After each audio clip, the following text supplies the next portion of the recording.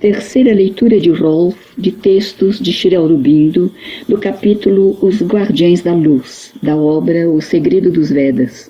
São Paulo, curso de fim de semana, Centro Raja, Itapecerica da Serra, abril de 86.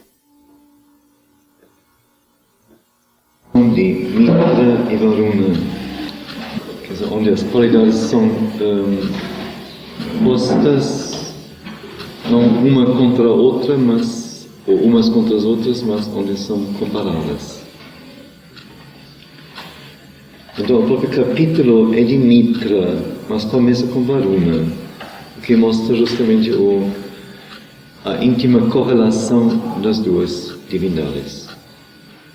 Se a pureza, infinitude e forte realeza de Varuna são a grande estrutura e a substância majestosa do ser divino, Mitra é sua beleza e perfeição. Se a pureza, a infinitude e a forte realeza de Varuna são a grande estrutura e a substância majestosa do ser divino, Mitra é sua beleza e perfeição. Ser infinito, puro, um rei sobre si mesmo e uma alma mestra deve ser a natureza do homem divino, porque assim ele partilha a natureza de Deus.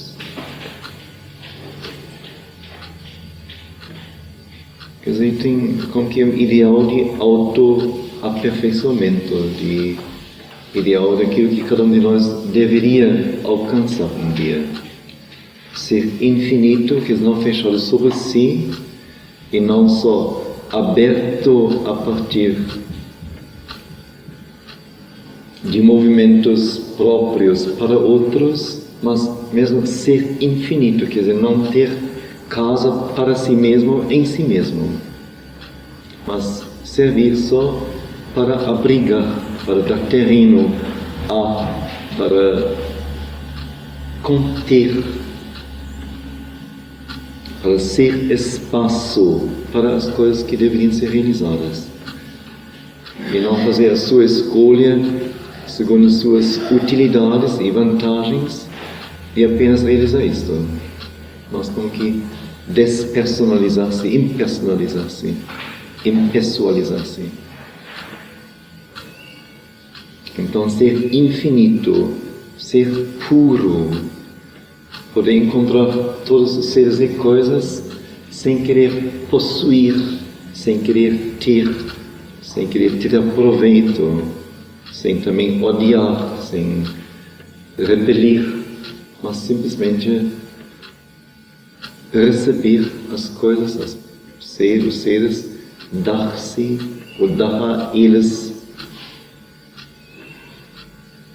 Nós vamos ver depois, dar a eles, vamos ver uma felicidade, uma presença, uma força, uma energia que eleve, que faça crescer, que leve adiante. E para isso, então, certamente é necessário, em primeiro plano, ser um rei sobre si mesmo. Quer dizer, ter um autodomínio absoluto. Não é apenas um autodomínio, mas ser um rei. E o reino a ser governado, regido, é o próprio ser. Então, ter a palavra absoluta em relação a tudo que se é, e tem, e pode, e deve. É uma alma mestra, uma alma tão profundamente amadurecida e evoluída e completa e harmoniosa e forte ao mesmo tempo, que ela contém toda a sabedoria e contém toda a luz e jamais se engana, se perde, mas soberanamente lida ou lidera a vida e a existência. Isto não deveria ser a natureza do homem divino, porque assim ele partilha a natureza de Deus. Mas o ideal védico não é simplesmente satisfeito com um amplo, mas não cumprido plano da imagem divina. Deve haver conteúdos nobres e ricos neste vasto continente. O edifício de muitos aposentos de nosso ser, contido em Varuna, tem que ser ordenado por Mitra na harmonia certa de sua utilidade e de seu equipamento. Uma ideia assim, não sei, para mim foi assim muito nova e muito diferente de tudo que já ouvi ou li. Que não bastaria só ser infinito e puro e a alma mestra e tudo mais, mas que isso significa nada mais do que uma estrutura perfeita, clara, forte. Mas que essa estrutura tem que ser preenchida, tem que receber seus conteúdos. É apenas uma estrutura. Então, é como se fosse um edifício enorme, com muitos aposentos, mas tudo é vazio. O edifício está aí, perfeito, bem construído, bem cuidado. Mas agora cada aposento, cada espaço tem que receber a sua determinação, sua utilidade, deve servir a algum fim e deve receber um equipamento correspondente. E ainda então o todo deve formar uma harmonia, não deve, vamos dizer, essas utilidades com que contradizerem suas expressões ou manifestações, atividades que se passam em outros aposentos, mas tudo deve constituir uma única harmonia.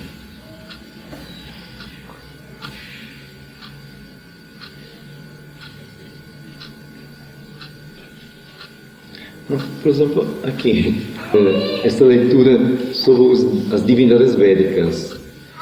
Qual o espaço?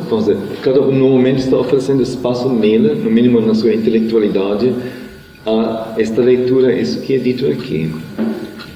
Então, vamos mesmo na intelectualidade, agora vem o elemento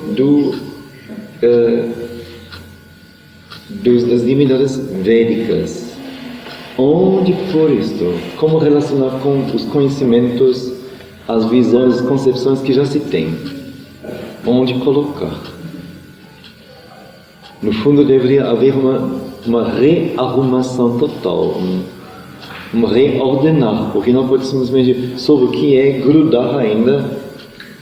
Agora, essas informações, ou mais do que informação, esses pensamentos, essas reflexões que nós fazemos aqui. Então, eventualmente, se alguém for muito sincero e muito real nesse trabalho, ele vai mexer nas bases de seu ser com isto. Tem que mexer. Tem que mexer em todo conceito de religiosidade filosófica, conceito da Índia, conceito da bondade, conceito de harmonia, conceito de infinitude, conceito de pureza. Se ele for fazer um trabalho real, tem que mexer em tudo. E para quem não for só intelectual, mas algo mais profundo, mais de dentro, então tem que começar a se reformular para ele. Não tem jeito. Por isso então diz, não basta só ter o espaço e ter o edifício e poder receber. Ela precisa do poder que ordene, mas ordene harmoniosamente. Crie novas correlações, reponha as coisas, talvez troque os espaços, aposentos, que estava em cima vai para baixo, que estava embaixo vai para uma ala lateral, e o que estava lá vai se casar não sei com quem.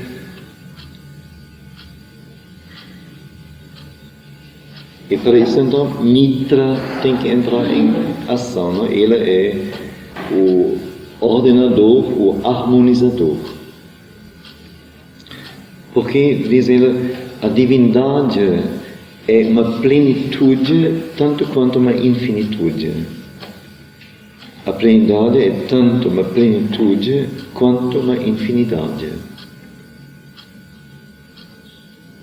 Quer dizer, a infinidade tem que ser, é apenas o receptáculo para algo que dentro disso, o recipiente, que dentro disso é agora contido e feito crescer. O próprio Varuna é um oceano não menos do que um céu etéreo. Ele não é só um céu etéreo, um vazio, um nada, mas ele ao mesmo tempo é Senhor dos oceanos, de todas as águas. E o oceano é o seio da vida, seio da fertilidade, o seio dos mundos, como vimos na Gênesis, não é?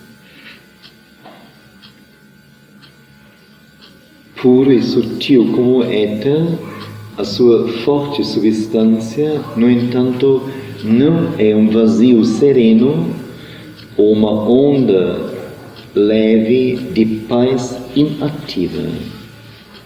Mas nós vimos muito mais nela, ou nele, em Varuna, uma marcha, quer dizer, uma caminhada de pensamento e ação sorvedouros, quer dizer, com que incessantemente se desenvolvendo e se ligando e criando as formações. Eu queria perguntar, o que é nodos, N-O-D-U-S? Eu ontem disse nódulo, não? Mas nem sei se existe a palavra. Nódulo? Nódulo ou não? Não, sei. Então nódulo. Nodes. É, nodes. Então nódulo é nó, mas nódulo é uma palavra mais sofisticada, não? É. Nó é mais primitivo, não? Sim, mas nódulo, você também é um tubérculo. É uma concentração, não? É, sim. Uma concentração capaz de partir, explodir ou se expandir, não é? E não parece mais, vamos dizer, em primeiro plano físico, não? Material.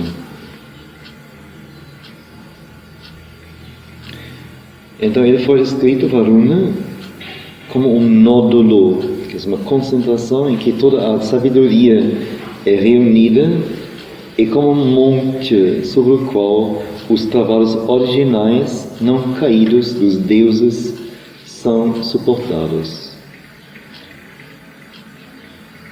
Quer dizer, é ele que dá base para os trabalhos de todos os deuses, por sua infinitude e pureza, pelo espaço que ele oferece.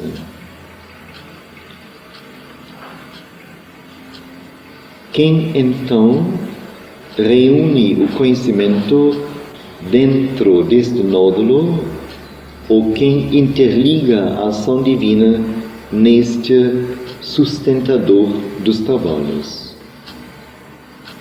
É Mitra, porque Mitra é o harmonizador, Mitra é o construtor, Mitra a luz constituinte, Mitra o Deus que efetua a unidade certa de que Varuna é a substância e a periferia que infinitamente se alarga.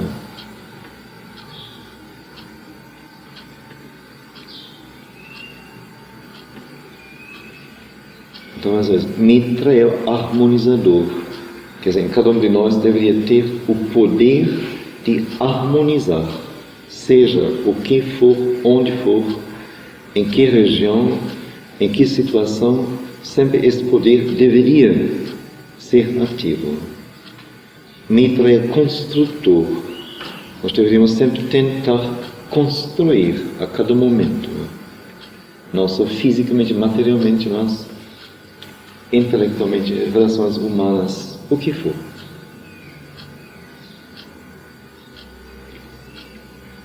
Mitra é a luz constituinte, a luz que constitui. Mas a luz seria aquilo que dá iluminação às coisas, que detecta também, que mostra. E luz na vida é aquilo que atrai, não? Que possibilita a vegetação, possibilita a vida. Tudo se orienta pela luz, tudo que tem sensibilidade. Nossa própria vida, pelo ritmo de dia e noite, e na noite ainda uma luz, vamos dizer, reduzida, é amplamente, deve ser a nossa vida, à luz. Uma vida orientada pela luz inteiramente. Então a luz, se vamos dizer, o ciclo, ou nos países do norte da Europa, por exemplo, onde o Sol tem um outro ciclo, não aparece tantas vezes, ou só uma vez por mês, ou tantas vezes por ano, vamos dizer, a própria vida se efetua diferentemente. E não só em termos materiais, mas mesmo psicologicamente. Você sabe que os países do norte da Europa, as pessoas sofrem muito de depressões. Porque justamente a troca de luz é assim, a escuridão é muito grande em termos físicos. E a luz física, o sol, aparece poucas vezes. Então nosso ser todo corresponde a isto, responde a isto. Então a luz é algo que constitui a existência. Mitra, então, é o Deus que efetua a unidade certa. Lembre-se, nós lemos ontem que a nossa verdadeira realeza, que nós, erguidos, nós encontramos a nossa verdadeira realeza no ser não dividido. Essa unidade é a não divisão. Isso é a origem das coisas, a origem do ser, a não divisão. Nós teremos que voltar a isto. Então, Mitra é o Deus que efetua a unidade certa. Esta unidade certa não teria estofo material se não Varuna existisse. Varuna é a substância, fornece a substância para isto. E acho isso assim, grandioso outra vez, esta percepção, esta visão. Ela é a periferia que infinitamente se auto-alarga, auto-amplia, que não é um espaço fixo, delimitado. Uma casa onde você mexe num dia, tu está no lugar onde você passar a flanela nas coisas e varrer todo dia e passar pano no chão, e tudo está estabelecido. Não, é uma periferia uma casa em crescimento constante, infinitamente, sem fim.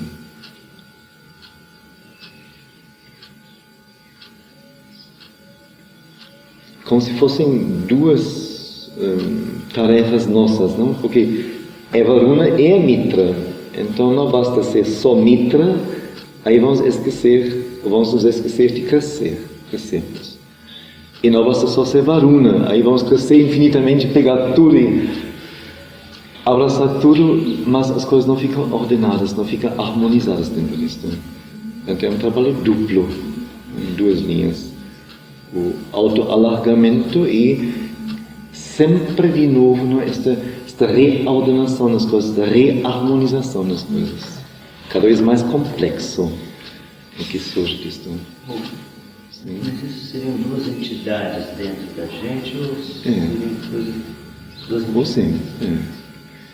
Mas o que está dentro de nós corresponde, como o oceano terrestre corresponde ao oceano celeste.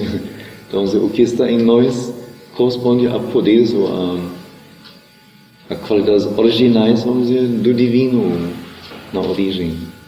Mas seriam dois poderes nossos e duas funções, duas tarefas existenciais nossas. Como isso, toda a nossa vida é espelho disto. Do momento da gente nascer e sair da prisão do ventre e entrar no mundo e ter agora um espaço maior, daí é um crescimento constante, não?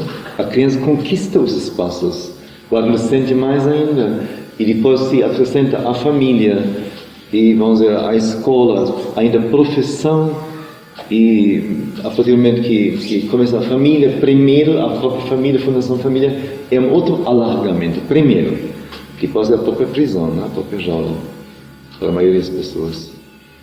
Até lá, todo mundo naturalmente cresce, como animal, do mesmo jeito. Desde que o pintinho sai do ovo, até ser uma galinha e por seus próprios ovos, é um crescimento constante, uma conquista de mundo. Só a partir de um dado momento, então tem um galinheiro, aí fica preso. Aí não vai mais adiante. E aí justamente a gente deve deixar de ser o ser natural apenas. Eu deveria como que vestir uma outra natureza que nos possibilite, embora sejamos fisicamente limitados e submissos, vamos dizer, ao ciclo de nascimento, infância, adolescência, maturidade, declínio, velhice e morte. Isso é inevitável. Nesse sentido, ninguém de nós pode ir além disto fisicamente. Então, esse espaço também, cada um de nós tem que ter um espaço. Mesmo quem muito viaja, vamos dizer, eu faço isto, mas no fim, então é o Brasil. Quer dizer, é um espaço determinado. Então, nesse sentido também, não podemos crescer infinitamente, em termos físicos, de espaço físico, mas interiormente ou mentalmente mesmo. A consciência mental, apesar de ser importante, ela não é fundamental, porque existem muitas pessoas que não têm a consciência mental disso, mas que têm uma capacidade de expansão, de evolução grande. Existe isso. Mas aí o ser é dividido então, não é? Uma parte não funciona, não entra no jogo. Digo assim, pessoas simples, assim, que moram no campo. Mas justamente. Mas eles são como flores, ou como sapos. Quer dizer que essas pessoas não conseguiriam um grau adequado de expansão, de evolução. Não. Eles se expandiriam numa capacidade natural, espontânea, como todo animal, toda flor, toda planta se expande. Toda árvore cresce. Lembro de umas vezes que você projetou figuras de indivíduos, de tribos da Índia, e você alertou, inclusive, para o próprio olhar da pessoa, assim, com uma grande consciência, uma grande capacidade de... Isso foi uma única imagem de uma mulher com a criança berrando no braço. E ela como que nem cuidando da criança, deixando ela berrar e olhando assim, fundo para dentro de si, para longe, assim, como que amadurecida para outras coisas, amadurecida interiormente.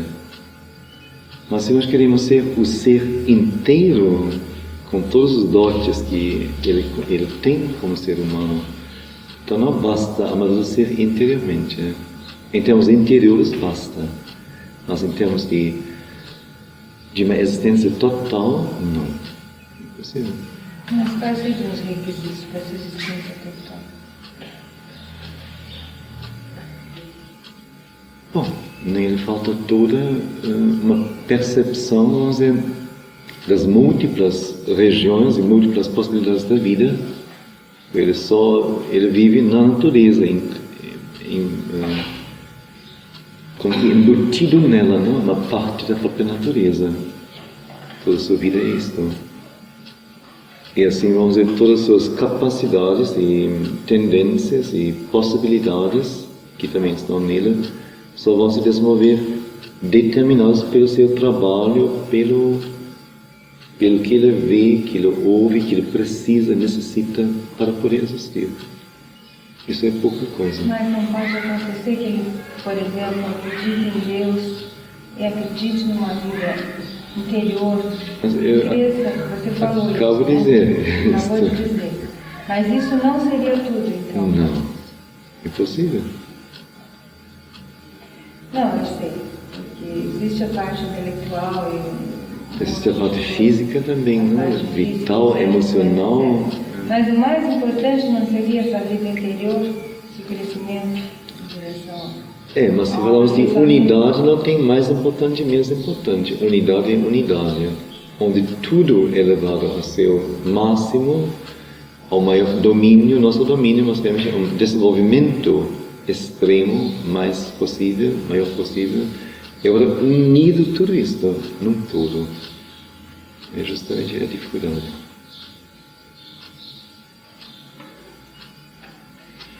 Mas é muito difícil você medir isso, né? Porque, assim, intelectualmente, as pessoas têm mais capacidade, as outras têm menos. Então isso varia, né? De acordo com a cultura.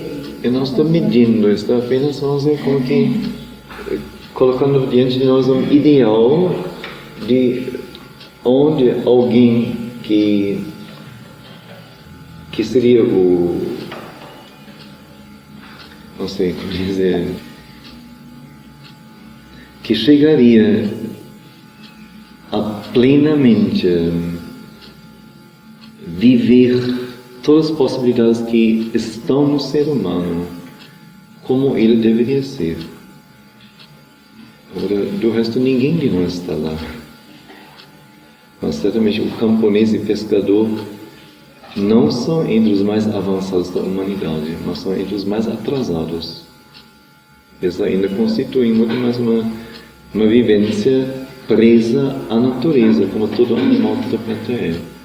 Não se desligaram disso também um pouco ainda. A espontaneidade natural que sente a chuva, sente a tempestade, sabe quando é a pesca, mas é tudo a partir de uma intuição naturalista, por assim dizer. Isso é muito bom para nós, é muito saudável, é um sonho. Eu ia até falar para você que às vezes isso até me soa mais saudável do que, vamos dizer, uma pessoa altamente intelectualizada, mais voltada assim para coisas exteriores. Né? Mas está claro, quem entra no caminho e quem vai marchando, ele vai se dividindo e vai perdendo a unidade. Essa unidade primeira é maravilhosa, mas é uma unidade primeira. E nós temos que passar pelo meio com 1000 divisões, 1000 conflitos, 1000 desequilíbrios, 1000 injustiças e tudo mais, e 1000 falhas, e 1000 abismos, para chegarmos a uma nova unidade, mas não mais a primeira, mas a mais evoluída. Toda a caminhada deste mundo é esta.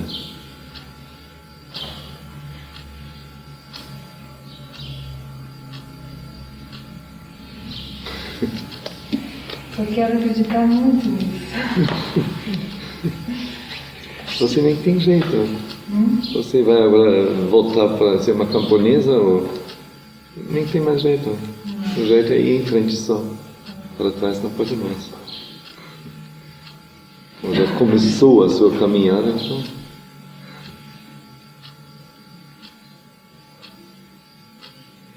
E as saudades são perigosas, porque prendem as energias, não é? As saudades são perigosas. Saudade de ser um gato, saudade de ser uma rosa, saudade de ser um camponês. Isso não só que não adianta, mas mesmo isso pesa, isso prende as energias. Bom. Então esses dois reis, não esses dois camponeses, esses dois reis, Varuna e Mitra, são complementares um ao outro em sua natureza, em seus trabalhos divinos. Então vem este termo tão maravilhoso, neles encontramos e através deles ganhamos harmonia em amplitude. Que não há harmonia estreita, limitada, como que amarrada, mas a harmonia em amplitude. Nós vemos na divindade e aumentamos em nós a pureza sem defeito, assim criando a base para um amor que está sem falha, infalível, não é?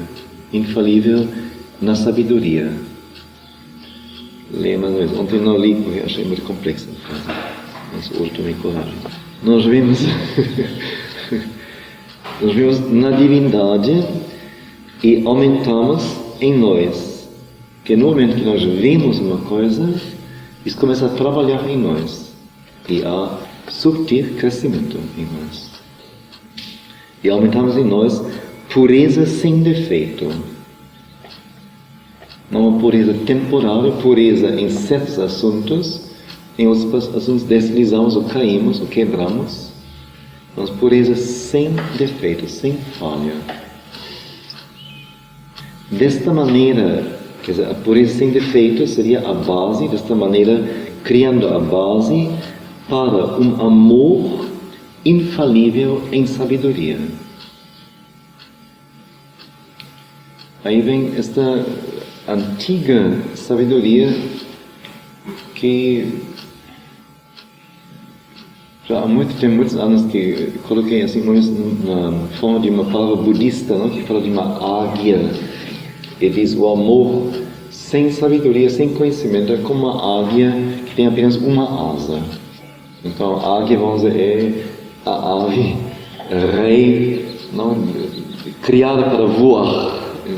Uma águia com uma só asa é uma imagem terrível simplesmente, mas terrível totalmente. Uma galinha com uma só asa não tem problema, ela pode correr, pode fazer seus negócios, mas a águia não tem problema, não tem jeito, né? Então quem só ama, mas não sabe, não tem conhecimento, não tem sabedoria, como uma águia com uma só asa.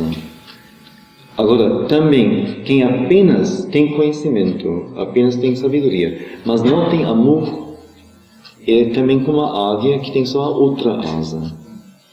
Então, as duas asas devem se complementar, para que realmente a águia possa levantar voo. Quer dizer, o conhecimento e o amor têm que se completar, mas igualmente. Então aqui ele diz a mesma coisa. Só uma terceira qualidade aparece. A pureza é a base para um amor infalível em sabedoria. Sabedoria não pode falhar. Exato.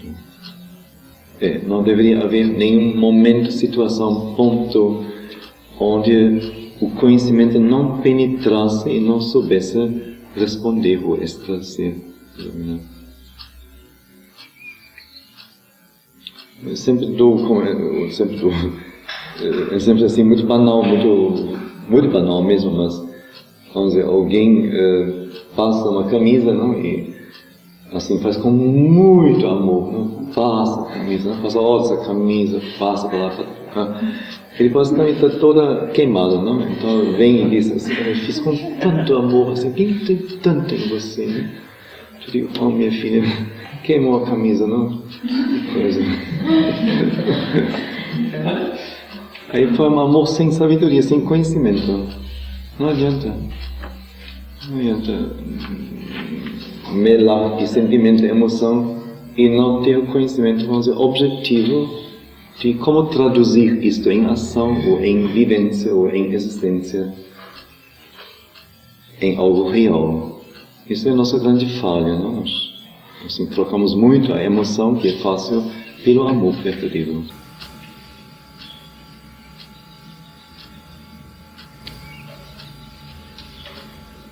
Ora, é interessante, é um pouco, não sei se vai ficar muito satisfatório, mas aqui chegamos assim, é muito profundo, muito grande mesmo. O nome Mitra vem de uma raiz linguística, que significa originalmente conter com compressão, quer dizer abraçar. É interessante, nunca pensei que abraço poderia ser definido como conter com compressão, comprimindo, mas é isso mesmo. Quanto mais comprime, tanto mais o abraço é abraço mesmo, não é? Aquele abraço, não é? Tem que comprimir bem. Abração.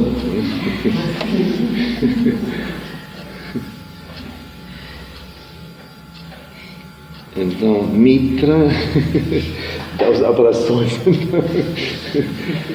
vem de uma raiz que significa originalmente conter com compressão, e assim quer dizer abraçar, e nos deu a palavra sânscrita comum para amigo, mitra. Quer dizer, a própria palavra mitra em sânscrito, não no sentido bem antigo, arcaico, mas no sentido corriqueiro significa amigo. Então, mitra é amigo. Mas também ele vem da palavra védica, arcaica, o sânscrito arcaico, para beatitude, mayas. Então, para nós, vamos dizer, nós não vemos agora a relação entre, vamos dizer, pelo som de mayas e mitra. Isso nos escape, mas nós somos pesquisadores de raízes linguísticas, né? Etimológicas. Então, temos que confiar que está certo. Então, tem a palavra mitra nisto e a palavra védica, arcaica, por beatitude, mayas.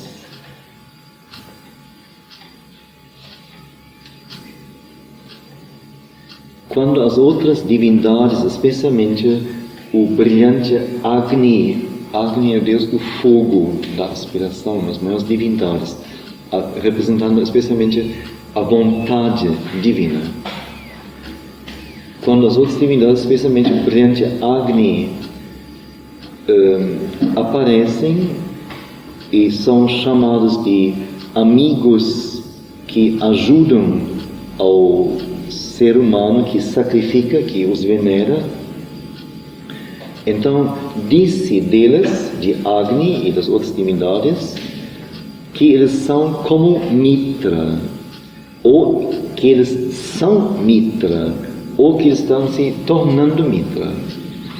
Então lá não há divisão, não diz, olha, a minha repartição é essa, bate na porta quando quiser entrar, mas se comporta direitinho. E esta repartição entre aqui, está sempre fechado, aqui tem que fazer aquilo. Não tem divisão. É como que um grande corpo, onde cada divindade é nenhum órgão, nenhuma célula, podemos dizer, porque nenhuma célula pode se trocar com a outra. Mas, como que constituem algo que é uma formação, mas uma formação que a cada momento pode se trocar com uma outra, ou pode construir uma nova formação, embora seu sentido original permaneça sempre. Então, para nós assim, para nossa mente tão pouco plástica e flexível, difícil de vermos, como nuvens, formações de nuvens. Mas como se cada nuvem, ao mesmo tempo que ela pode tomar outras formas, milhares, ou se unir a outras nuvens juntamente constituir uma outra forma, como se cada nuvem agora contivesse ao mesmo tempo o perfeito sentido de sua própria qualidade principal, essencial, e nunca se afastasse disto, de modo que a qualquer momento pode voltar a ser a nuvem original, a sua forma original, a primeira. Então, nesse sentido, as divindades, enquanto se declinam sobre o ser humano e o ajudam e são amigos dele, o que não é, vamos dizer, a primeira manifestação das divindades. Mas enquanto são isso, então é dito que se tornam mitra, ou são como mitra.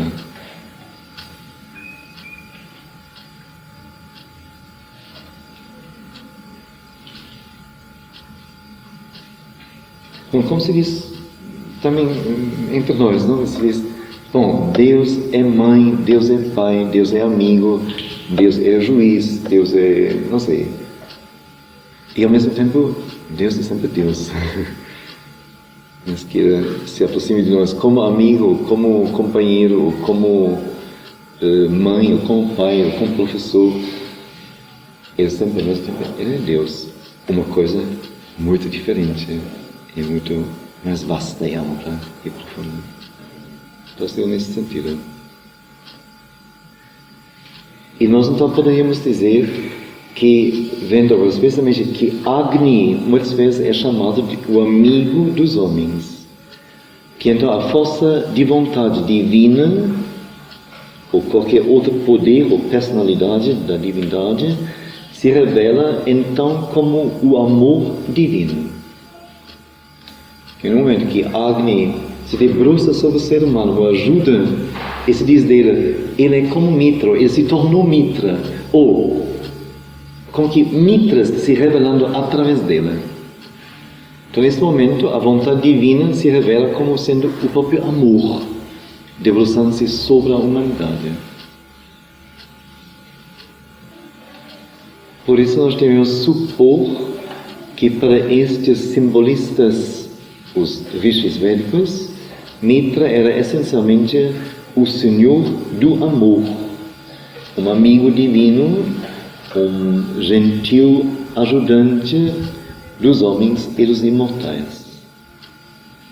O Vedas fala dele como o mais amado dos deuses, Mitra. Agora, só mais um parágrafo que assim vai nos mostrar muita coisa outra vez. Os videntes védicos, quer dizer, os rishis, que tiveram o poder da visão interior, intuitiva, olharam o amor de cima, de sua fonte e raiz, não em suas manifestações terrestres, que são sombrios e remotos reflexos de uma coisa que na sua raiz e origem é uma coisa diferente. Então eles olharam para a raiz, a origem do amor, e o viram e o receberam em sua humanidade como um derramar-se do deleite divino. Então o amor, diz ele, em sua fonte, em sua origem, em sua raiz, é o deleite divino, o deleite que interpenetra e é a existência divina se derramando sobre o mundo, sobre os homens. Então esse fluxo do deleite descendo seria o amor divino. O Taittiriya Upanishad, os Upanishads são escritos serão mais tardes do que ou posteriores aos Vedas. Fala desta beatitude espiritual e cósmica, divindade, como dizendo o amor é sua cabeça. Então, se nós imaginamos uma divindade, então o amor não sairia do coração, mas o amor seria a cabeça da divindade, que é a parte principal, a parte que rege, governa, coordena, recebe, responde, emana tudo. O corpo é apenas o executor, o instrumento. Então a cabeça da divindade, que é a parte mais luminosa, mais consciente, seria o amor. Mas a palavra que o Upanishad escolhe por amor, Priyam. Priyam significa, propriamente dito,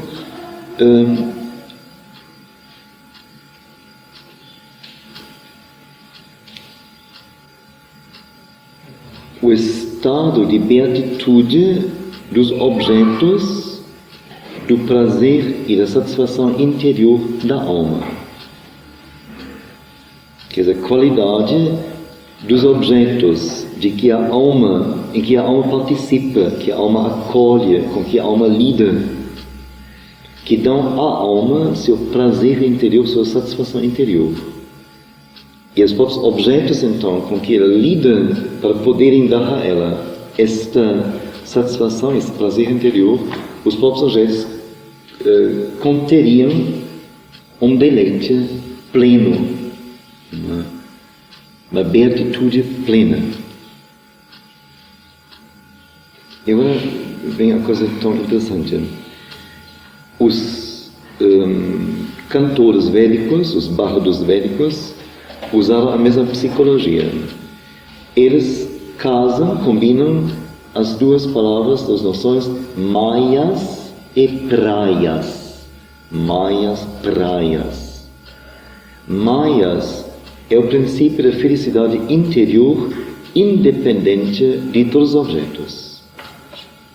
Porque mayas, vimos, é o que se derrama de cima como amor sobre os objetos. Então é algo que vem do próprio coração da beatitude. É algo que procura objetos para ter. Mayas é o princípio da felicidade interior independente de todos os objetos. Ora, praias é se fluir para fora como o deleite e o prazer da alma nos objetos e nos seres. Mayas é o princípio da felicidade interior independente de todos os objetos. Quer dizer, algo que se estabelece na alma nossa, o que é da alma, o que é o corpo da alma. Uma felicidade interior que independe de situação, condição, elementos, de qualquer coisa. Companhia, o que for. Ou solidão, de qualquer coisa. Ora, praias, então, é quando esta felicidade interior, estabelecida com que absolutamente em nós, começa a se dar, a fluir para fora, a se derramar sobre os objetos e as coisas, os seres. E então, vamos dizer, em termos psicológicos, significa que então a pessoa em que esta alma reside tem prazer nos objetos e nas coisas.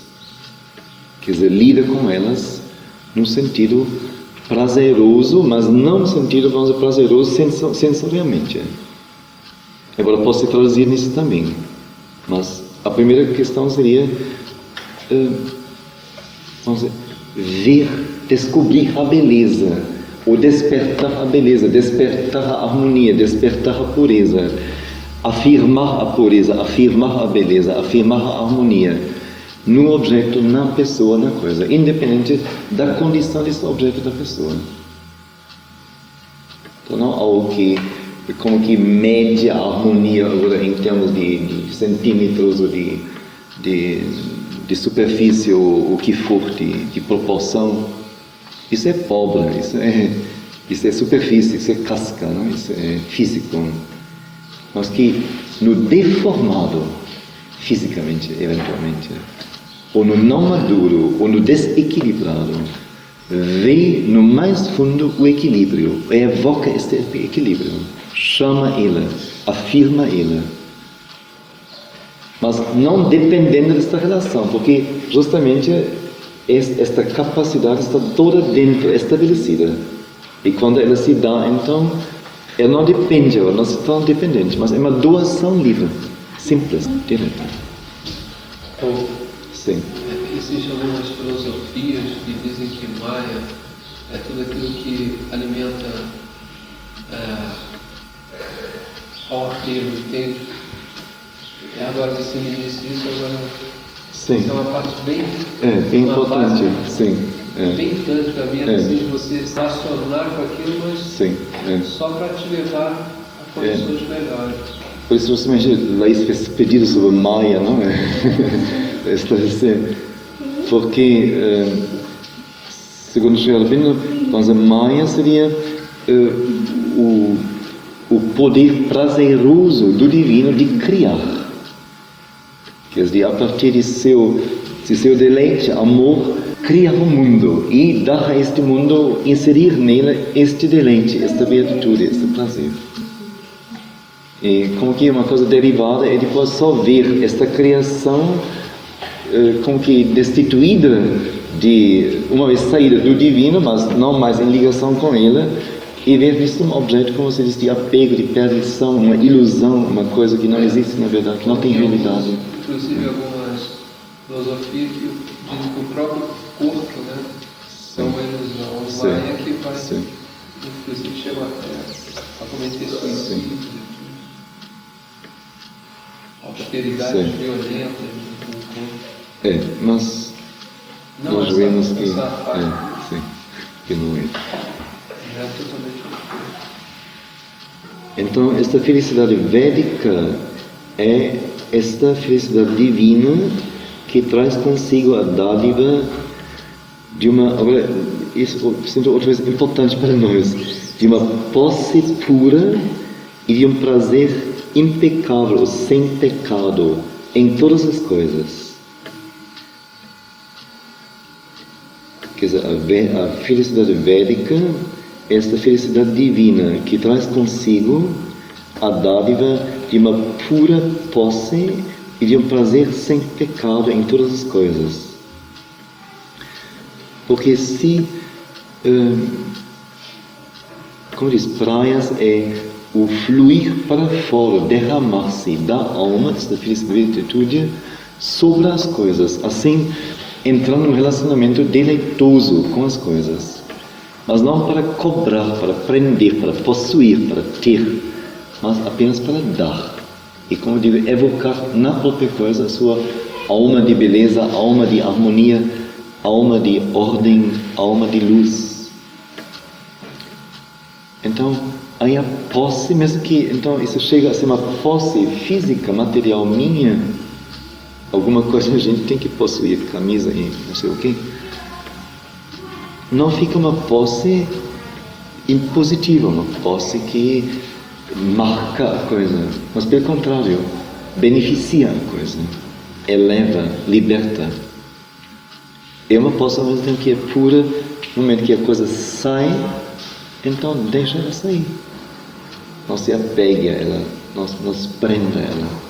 Se a pessoa sai de perto de mim, deixa ela sair. Não vou me prender a ela, não vou prendê-la a esse meu apego. Mas que ela em liberdade esteja comigo até sentir, ou se sentir isto, em liberdade se afaste. Nós estamos longíssimos disto. Longíssimos. Inclusive, uma das coisas que é dito corriqueiramente como manifestação de amor é que eu não posso viver sem você. Exato.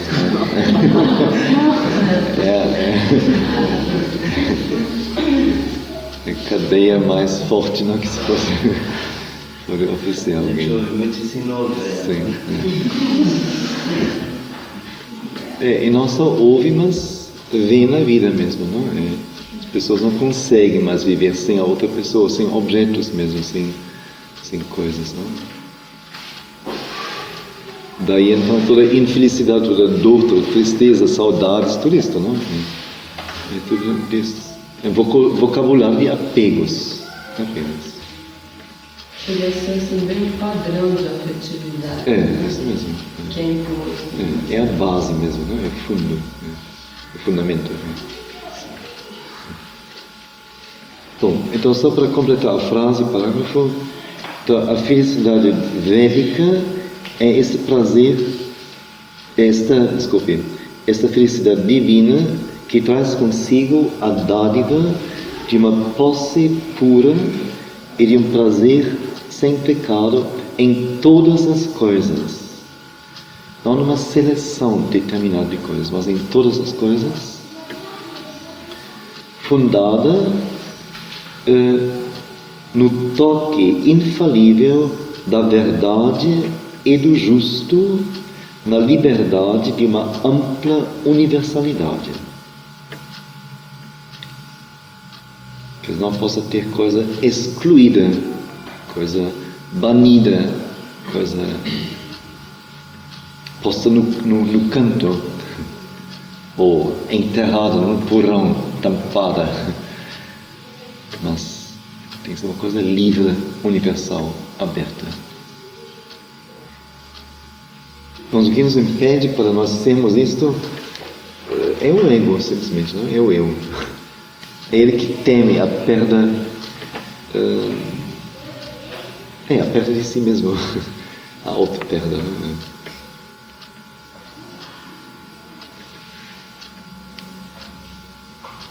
Eu vou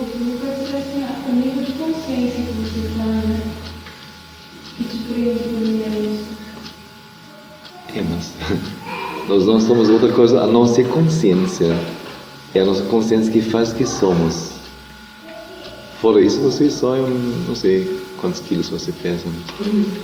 58, 62 quilos de um montão de coisas, não é? Eu digo assim, não é só o ego, que você pode até...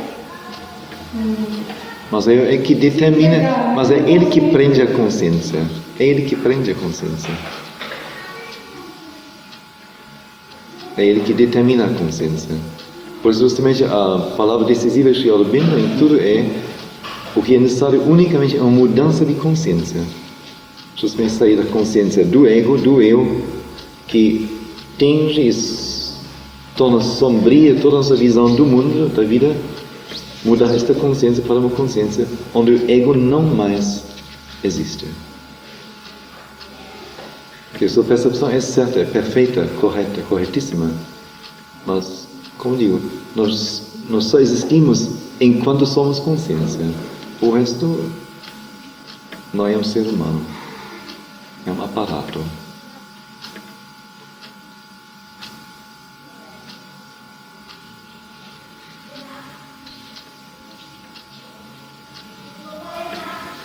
Vamos ver, 3 pessoas que têm dinheiro. Todo mundo tem algum dinheiro. Mas que todo mundo suspire pesadamente. Difícil hoje. Mas afinal todo mundo tem. Então, vamos dizer, usa o dinheiro para comprar roupas. Assim, infinitamente, não? É doador eterno de roupas às empregadas e às instituições beneficentes. Tudo que não presta mais, acho que não presta mais, vai lá. Para ele poder comprar novas. O segundo usa o dinheiro, vamos dizer, para viajar. O terceiro usa o dinheiro, vamos dizer, para comprar livros, ler. O quarto usa o dinheiro para comprar comida. E equipar coisa com poltronas e não sei o que, belos vasos e quadros, não sei o que. Então, o dinheiro é uma só. Todos esses são equipados do mesmo jeito como o ser humano. É a consciência que determina. Só. Os recursos temos todos iguais. Todos nós. Ora, é a consciência de cada um de nós que determina o que ele faz disto. Cada um é livre totalmente. Eu me assusto sempre como somos livres. E como não sabemos fazer uso da liberdade. Porque tudo é possível. Tudo. Tudo mesmo. Bom, isso só como exemplificação de como a consciência é realmente o principal na pessoa. Isso é tudo.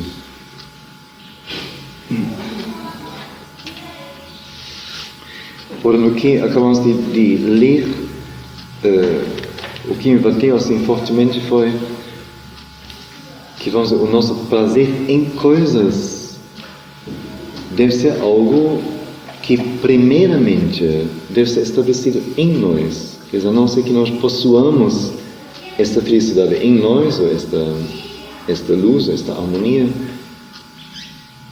nós não podemos dá-la. Então estamos buscando nas coisas harmonia, ou beleza, ou satisfação.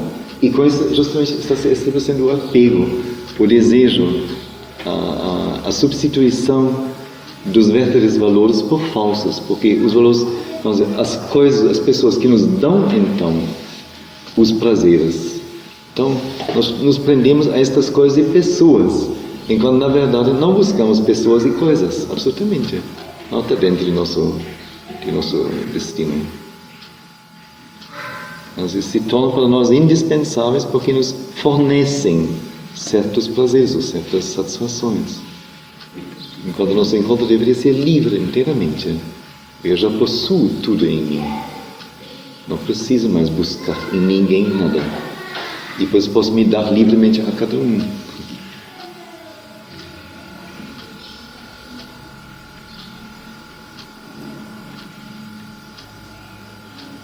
E nós ouvimos justamente o contrário, não? Quando alguém começa a cuidar de si, alguém que via familiar especialmente, começa a ler, fazer uma aula de yoga, coisas desse tipo, ou fazer uma coisa desse aqui. Então, a família fica assim, suspeitando coisas. E está achando muito egoísta, muito esquisito, não? E assim por diante, não? Isso é normal. Isso é normal. Outro dia eu estava com a Joyce lá em casa, nós estávamos fazendo um exercício. As crianças entraram, depois elas contaram pro meu marido. Eu pensei que a mãe tinha ficado louca. Parada lá, depois começou a dançar. Eu só digo, isso vamos dizer, o que é mais importante em termos de existência, de ser, o construir-se, o edificar-se, o nutrir-se, o crescer, o tornar-se pleno como indivíduo, com alma individual, é visto, vamos dizer, pelas relações de superfície, que são as relações familiares, realmente, como um egoísmo. A pessoa começa a se separar da família, a ter rumos próprios. Isto não é bem visto. É a lei de reunir todo mundo e prender todo mundo aí no ninho. É a lei da família. Ao contrário, a lei mais profunda do ser, nosso ser. E quando é o contrário, quer dizer, não são as pessoas que te prendem, mas você que se sente preso às pessoas. Qual seria, em termos práticos, o caminho? Mas sempre é isso, não? Você não será preso por ninguém, a não ser que você se sinta preso a este alguém. É só isso. Justamente é a consciência de todos nós que é melada, que é pervertida, corrupta, que vê na união e no... Pois, por exemplo, desculpe, vou fazer uma guerrinha, os Seishonoye, não? Eu li que eles colocam, acho notável realmente, quando leio os pensamentos que eles dizem, acho notável, acho assim, quanta coisa aqui, quanta coisa. Mas depois eu li que eles estabelecem no centro de tudo a família, como um núcleo, seno, nódulo. A partir daí, fechei a porta. Não quero mais ler gentilezas intelectuais ou intuitivas. Se no centro da coisa está esta prisão que a família é, hoje em dia. Estando ali. Então, o resto são gentilezas, enfeites, mas... Eu não acho que a família seja uma prisão. Eu acho que você pode caminhar mesmo. A família, nas condições da natureza como ela é atualmente, nesse mecanismo de propagação, é uma necessidade inevitável, mas só isto, não mais. E que a família amplamente, antes de tudo, é prejudicial para o crescimento dos seres do que beneficia, como ela é hoje em dia ainda. Isso é impossível negar isso, impossível. Impossível. Sim, mas qual seria a outra solução? Não, eu não falei em outra solução. Eu só avalio isso diferentemente do que é avaliado. Em vez de colocar isso no centro de uma religião, a família, eu digo, bom, a religião que coloca isso no centro não pode ser uma religião que me liberta e que leva a humanidade a uma existência livre e individual. Não pode ser, impossível. Mas coloca cada um fardo ainda com a fé, amarrando mais ainda. Então...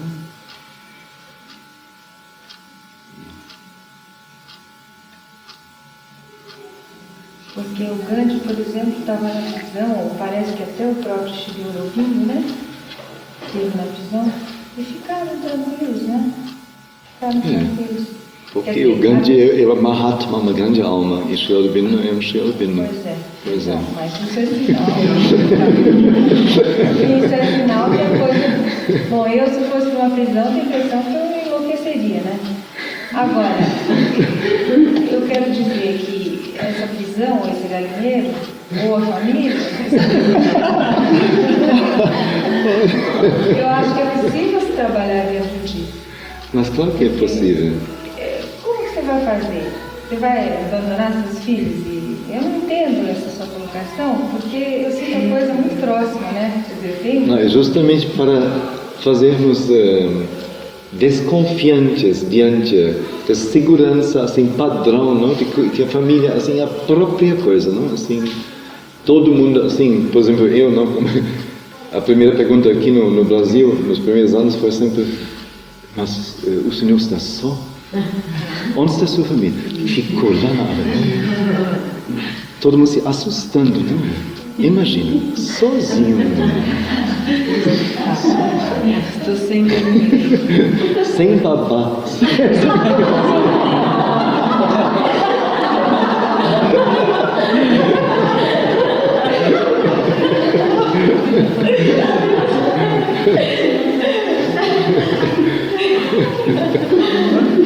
Mas acontece, né? Olha, estamos perdendo nosso treino. Depois você vai dizer, mas nenhum treino ele faz. Depois você diz, mas nenhum treino ele faz. Você é a primeira. Estamos perdendo o tempo do treino agora. Seus questionamentos. De certa forma, você vive no diário de pessoas que fazem essa função. Quer dizer, é diferente, mas você vive em contato com pessoas que te ajudam, colaboram. A questão toda é esta ligação, não é? Você tem ligação este com apego. Então, de certa forma, é uma família, né? É uma família pelo espírito, não é? Sim. Quem vai cuidar dele? Mas tem quem cuide da roupa dele, da alimentação dele, tem. Claro, tem que ter, é óbvio. Mas entendo, não entendo, ele saiu da família dele lá e veio para cá. Existe alguma significação especial dessas divindades da Índia serem figuras masculinas? Não. Então, a maioria tem deusas diretamente. A maioria das divindades masculinas tem a sua Shakti, a sua esposa, que representa praticamente seu poder energético de realização, enquanto ele representa o princípio da coisa. Mas não são todos também, eu não sei dizer bastante sobre isso. Esses torvalhos aí, todos figuras masculinas. Sei. Nomes existem. Aditi, por exemplo, a mãe deles, eles são chamados filhos da Aditi. Aditi é uma deusa que representa o ser infinito não dividido, original. E ela é a mãe de todos os deuses. Aurora é uma deusa. Puxa. Não existem. Bem. Os hindus não consideram um Deus sem uma esposa. Eu não sei se Varuna tem esposa. Seria assim, essa simbologia da realização através da história. Eu não sei se são tão ortodoxos.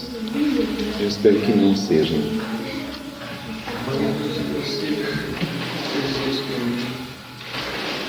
Mas nos Vedas é diferente. Nos Vedas é diferente do que que vem depois no hinduísmo. Os Vedas não é assim, não. Eu nunca ouvi falar, vamos dizer, da esposa de Agni. Não me apareceu, não. Agni é uma figura de cunho masculino mesmo, não? Mas única, me parece. O significado daquele Deus que você falou, né? Mitra. Era que contém com... Compressão, comprimindo. Comprimindo.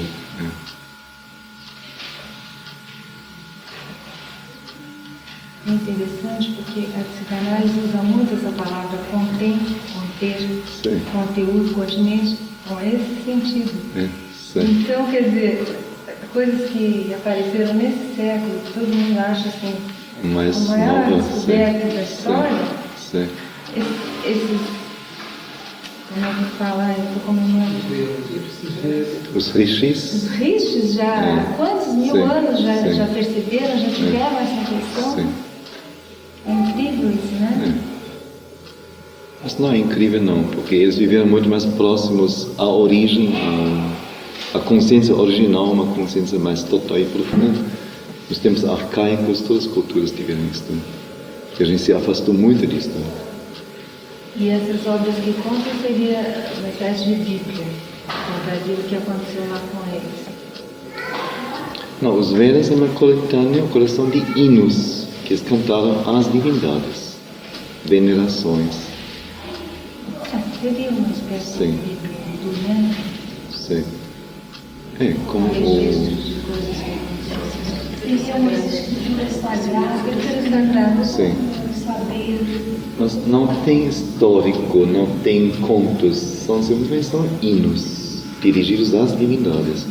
Mas nesses hinos tudo isso está colocado. E quem sabe ler nos hinos, então sabe a consciência daqueles que cantaram os hinos.